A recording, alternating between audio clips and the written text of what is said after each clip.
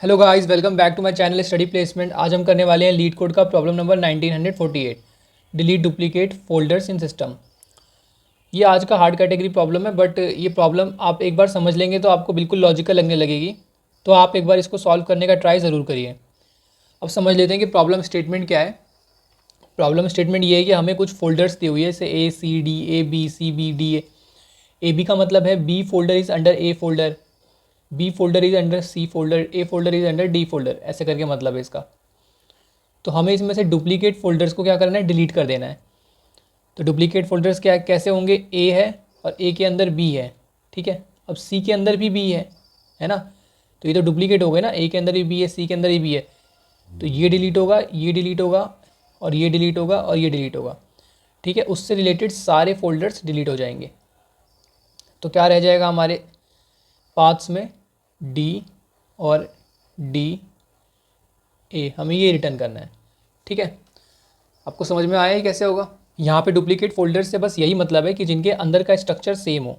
जैसे ये लिखा हुआ है ए के अंदर बी, वैसे ये है सी के अंदर बी, तो इसके अंदर का स्ट्रक्चर एकदम सेम है, तो ये क्या हो गए, डुप्लीकेट्स हो गए, ठीक है। तो इससे रिलेटेड हम हर फोल्डर को डिलीट कर देंगे। तो हम यहाँ पे क्या करने वाले हैं, हम यहाँ पे कंपैरिजन करने वाले हैं सब फोल्डर्स का, कि अगर किसी के भी सब फोल्डर सेम आ जाए तो हम उनको डिलीट कर देंगे। तो यहाँ पे हम यूज़ करने वाले हैं, तो हमारी इस क्वेश्चन की अप्रोच क्या होगी, अप्रोच होगी हम यूज़ करेंगे ट्राई डेटा स्ट्रक्चर का प्लस हैशिंग। इसके अंदर DFS भी आ जाएगा, डेप्थ फर्स्ट सर्च, ठीक है। ये सारी चीज़ें करके हम यूज़ करने वाले हैं। अब इसको करेंगे कैसे, क्या प्रोसेस होगा करने का, वो समझ लेते हैं। तो हम सबसे पहले ट्राई ट्री बनाएंगे, ठीक है। पहला स्टेप ये होगा। दूसरा स्टेप क्या होगा, अभी ट्री जैसे हमारी बन जाएगी, पहले तो ट्री बना लेते हैं, ठीक है। ट्री कैसे बनेगी, ट्री बनेगी सबसे पहले यहाँ पे हमारा रूट फोल्डर होगा, ठीक है। उसके बाद हमारा यहाँ पे ए वाला फोल्डर आएगा रूट के अंदर, फिर सी वाला फोल्डर आएगा और फिर यहाँ पे डी वाला फोल्डर आएगा, ठीक है। फिर ए के अंदर बी है तो ए के अंदर बी आएगा, फिर सी के अंदर बी आएगा और फिर डी के अंदर ए आएगा। ये सारे के सारे ट्राई नोड्स हैं। तो हमने ये इतना बना लिया, एक ट्राई ट्री डेटा स्ट्रक्चर बना लिया। अब हम इसको क्या करने वाले हैं, इसको हम सीरियलाइज़ करने वाले हैं अपने सॉल्व फंक्शन की हेल्प से। सीरियलाइज़ मतलब, अब इसमें अगर डायरेक्टली कंपेयर करेंगे सब ट्रीज़ को तो काफ़ी लेंदी हो जाएगा। तो हम क्या करेंगे, हर एक ट्राई नोड के लिए उसका उसका सीरियलाइज सब स्ट्रिंग निकाल लेंगे। जैसे यहाँ पे ए है तो ए के लिए क्या आ जाएगा, ए के लिए आ जाएगा बी। और वैसे ही यहाँ पे ए के लिए क्या आ जाएगा, रूट पे, रूट में आ जाएगा कि ए और उसके अंदर है बी, ऐसा, ठीक है। इसका मतलब है ए के अंदर बी है और इसके लिए क्या आ जाएगा, सी के अंदर है बी। तो देखो यहाँ पे हम इसको और इसको आराम से कंपेयर कर सकते हैं, क्योंकि ये दोनों क्या हैं, स्ट्रिंग्स हैं, है ना। और इसके लिए क्या आ जाएगा, डी, डी के अंदर ए। तो दूसरे केस में हम क्या करेंगे, दूसरे केस में हम अपने सॉल्व फंक्शन की हेल्प से सीरियलाइजेशन को करेंगे।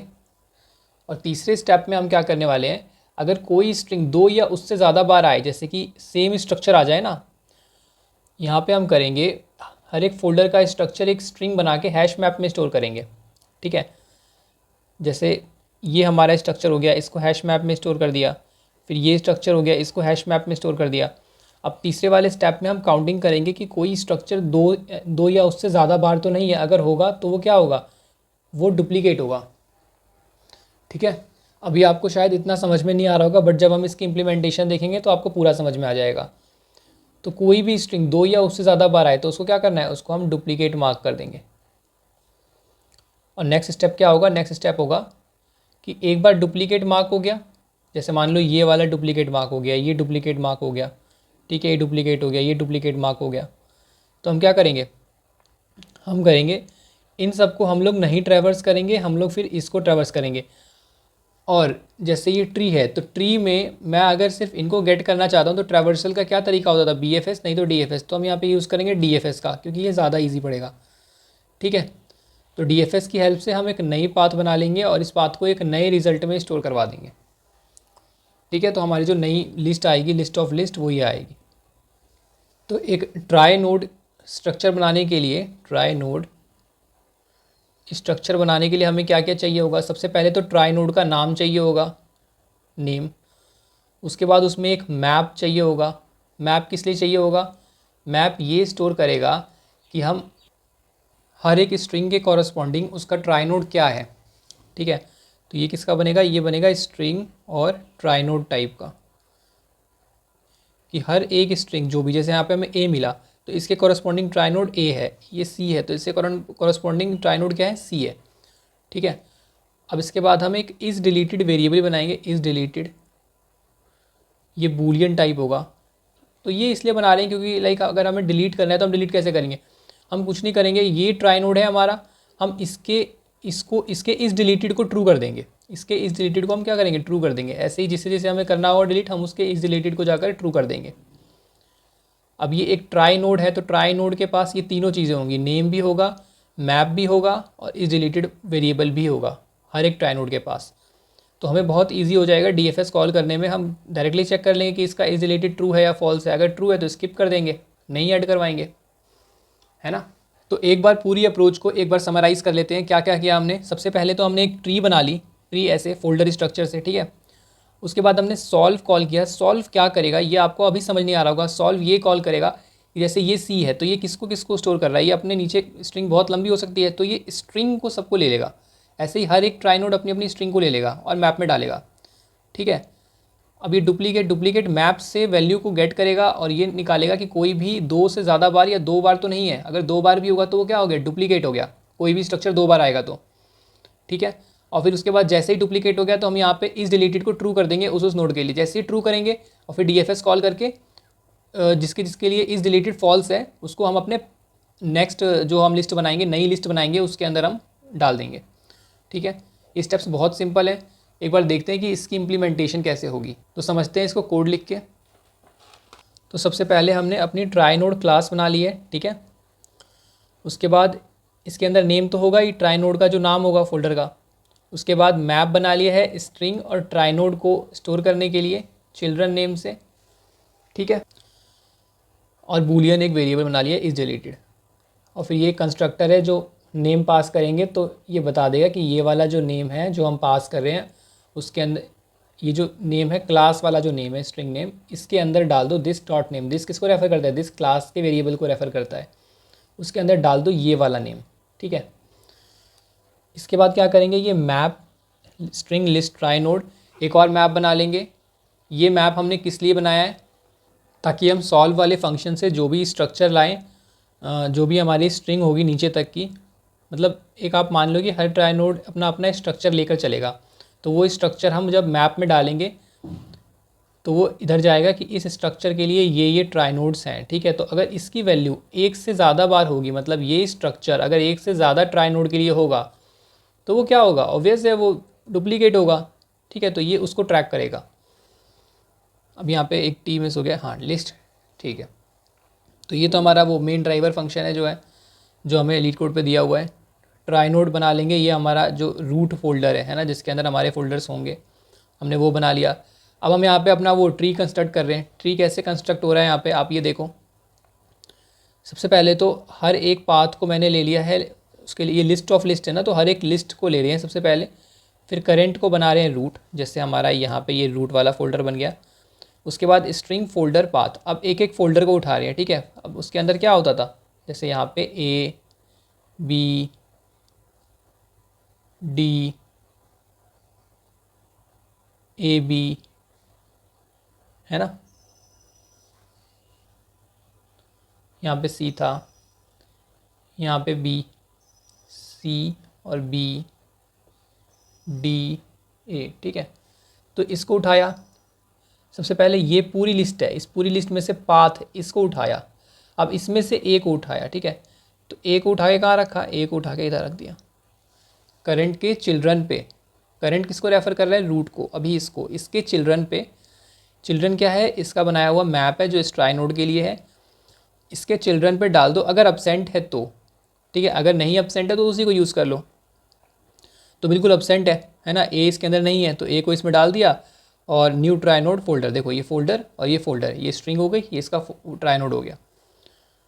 और फिर करंट को बना दो करंट डॉट चिल्ड्रन, मतलब करंट को ये बना दो ए वाला, ठीक है। ए वाले ट्राई नोड पे अब करंट हमारा वेरिएबल आ गया। करंट एक पॉइंटर है यहाँ पे, ठीक है, आप ये समझो। उसके बाद वापस से होगा, वापस से तो होगा नहीं क्योंकि ये तो हट गया यहाँ से, एक ही था। उसके बाद नेक्स्ट वाली लिस्ट पे आएंगे, फिर सी, फिर ऐसे ही इसमें सी भी नहीं है डाल देंगे, ऐसे ही इसमें डी भी नहीं है डाल देंगे। फिर उसके बाद इस पे आएंगे, ठीक है, इस पे आएंगे तो पॉइंटर कहाँ होगा, इस पे आएंगे तो पॉइंटर वापस रूट पे आ चुका होगा। अब रूट पे देखेंगे ए क्या इसके अंदर है, तो बिल्कुल हाँ है, तो नहीं डालेंगे दोबारा से। फिर ए के बाद देखेंगे, फिर करंट हमारा ए को पॉइंट करेगा। यहाँ पे करंट जो है वो चेंज हो रहा है, current dot children dot gate folder. जो भी हमारा करंट है, जैसे मान लो ये करंट है, इसका चिल्ड्रन ये इसको पॉइंट कर रहा है करंट। अब तो अगला जाएगा बी पे, तो करंट तो ये आ जाएगा बी यहाँ पे। अब बी को पॉइंट करेगा बट अगला है नहीं कुछ, तो यहाँ ए पे वापस आ जाएगा, फिर वापस सी और बी हो जाएंगे और डी और ए हो जाएंगे, ठीक है। ऐसे ये बन रहा है। उसके बाद हमने सॉल्व रूट को कॉल कर दिया है, सॉल्व फंक्शन पे हमने रूट को डाल दिया है। क्यों? क्योंकि हमें अपना स्ट्रक्चर चाहिए। जैसे ये ए है तो इसके नीचे का स्ट्रक्चर क्या है, मुझे ला के दो। ये बी है, इसके नीचे का स्ट्रक्चर क्या होगा, समझ में आ रहा है मैं क्या बोल रहा हूँ। बी है, इसके नीचे का स्ट्रक्चर, सी इसके नीचे का स्ट्रक्चर, डी के नीचे का स्ट्रक्चर, ठीक है। ए है तो इसके नीचे का स्ट्रक्चर क्या होगा, कुछ नहीं है इसके नीचे। डी है तो इसके नीचे का स्ट्रक्चर ए होगा, इसके नीचे का स्ट्रक्चर डी ए होगा, ऐसा, ठीक है। तो देखते हैं एक बार सॉल्व फंक्शन को देखेंगे तब ज़्यादा समझ में आएगा। सबसे पहले तो यहाँ पे हमने ये हम बाद में देखेंगे, ये हमने अभी क्या किया है। सबसे पहले हमारे सॉल्व फंक्शन पे आ जाते हैं क्योंकि यहाँ पे कंफ्यूजिंग हो जाएगा नहीं तो। क्योंकि क्या होता है, जब भी हम अपना मेन फंक्शन में होते हैं तो हमने फंक्शन को कॉल करते रहते हैं। तो देखते हैं सॉल्व फंक्शन को कॉल करने के बाद क्या होता है। अभी हम सॉल्व फंक्शन पे हैं, इस पर हम बाद में आएंगे।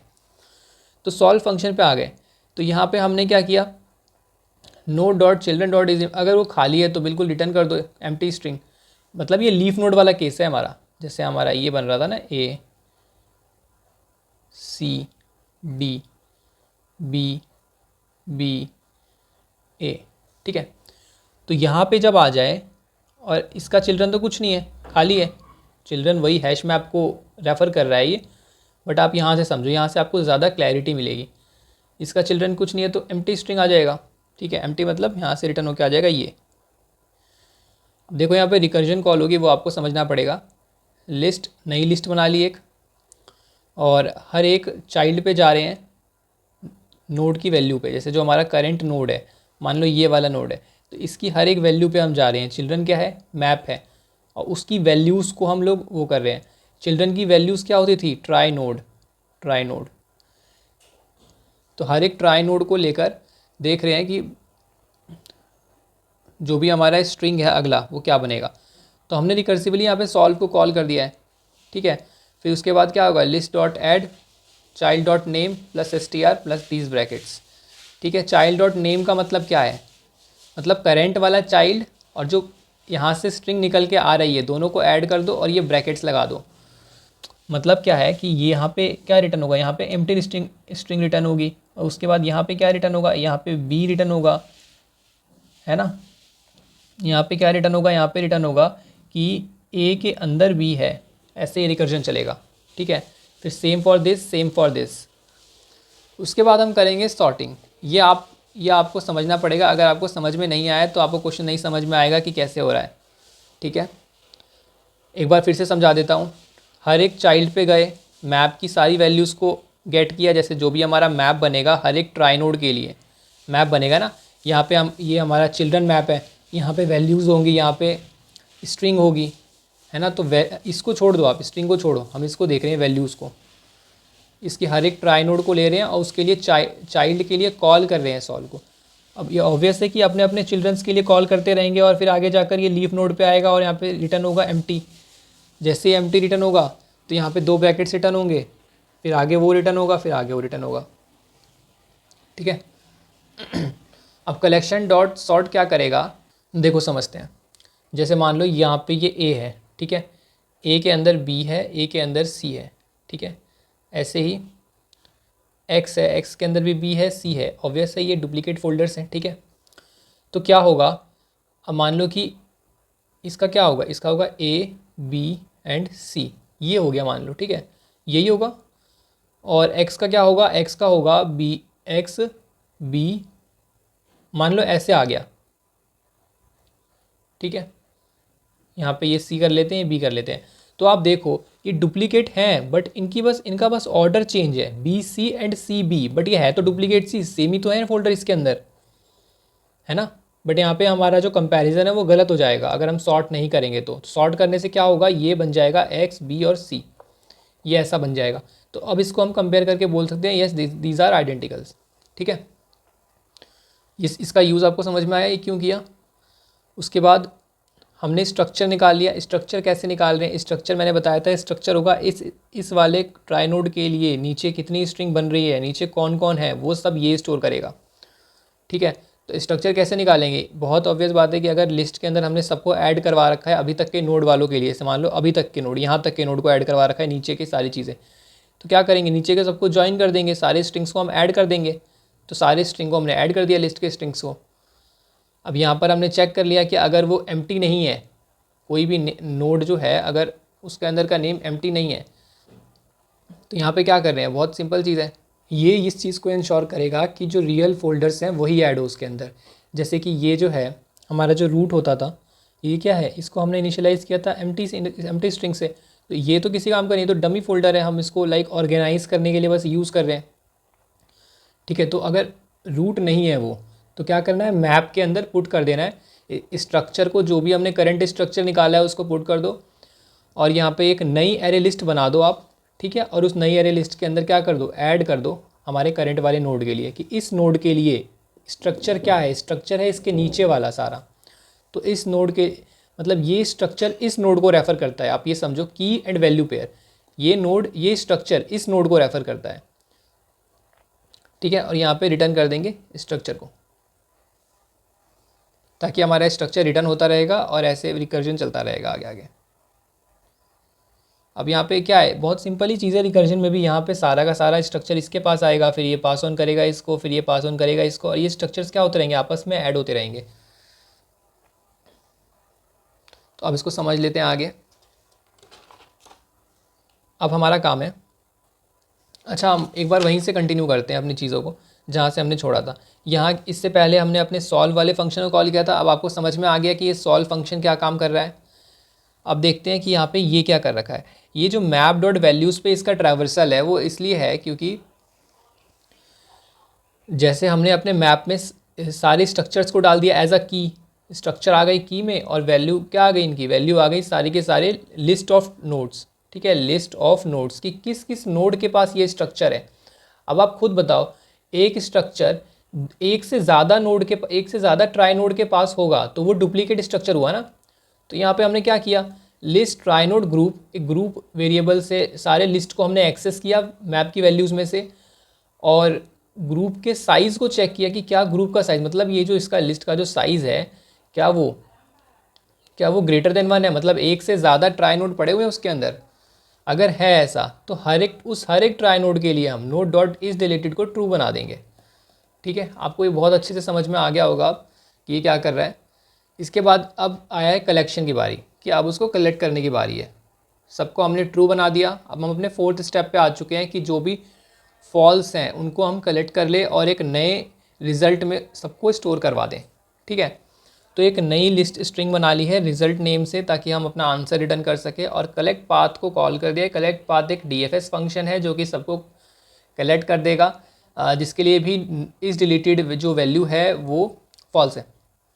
तो रूट पास किया इसके अंदर, अपना रूट तो पास करेंगे ही, और न्यू एरे लिस्ट, एक नई एरे लिस्ट पास किया। ये जस्ट हेल्पिंग एरे लिस्ट है। ठीक है, हम इसकी कॉपी को क्या करेंगे, रिज़ल्ट में स्टोर करवा देंगे।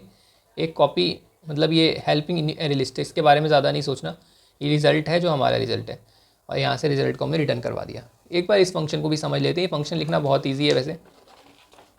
देखो कलेक्ट पाथ है, ट्राई नोड यहाँ पे आ चुका है हमारा, और ये पाथ, ये जो है पाथ वाला, ये क्या है, ये एक डमी लिस्ट है, और लिस्ट स्ट्रिंग ये हमारा रिजल्ट होने वाला है। तो क्या होगा, नोड डॉट इज डिलीटेड अगर ट्रू है, ये ट्रू है अगर, तो यहीं से रिटर्न कर दो, फॉल्स है तो आगे जाओ क्योंकि उसको स्टोर करवाना है।